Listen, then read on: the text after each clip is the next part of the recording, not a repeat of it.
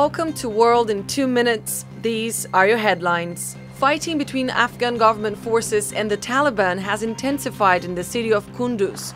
The US carried out 2 airstrikes near the airport, and the Pentagon says soldiers are in the city to support Afghan security forces. The Taliban raided Kunduz early on Monday. It's the first provincial capital the Taliban has captured since it lost power when the US invaded Afghanistan 14 years ago.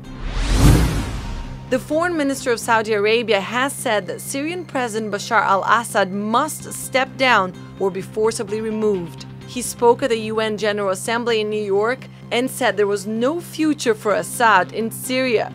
Riyadh says it's backing so-called moderate rebels in Syria, but it didn't give further details about how it would remove Assad from power. Meanwhile, earlier this week, Russian President Vladimir Putin insisted countries must work with Assad. He said that overthrowing him could lead to a failed state. The army has taken control of the barracks belonging to the Presidential Guard that organized a failed coup last week. They're searching for the coup's leader, General Gilbert Diendéré. The Presidential Guard is loyal to Diendéré and former President Blaise Compaoré.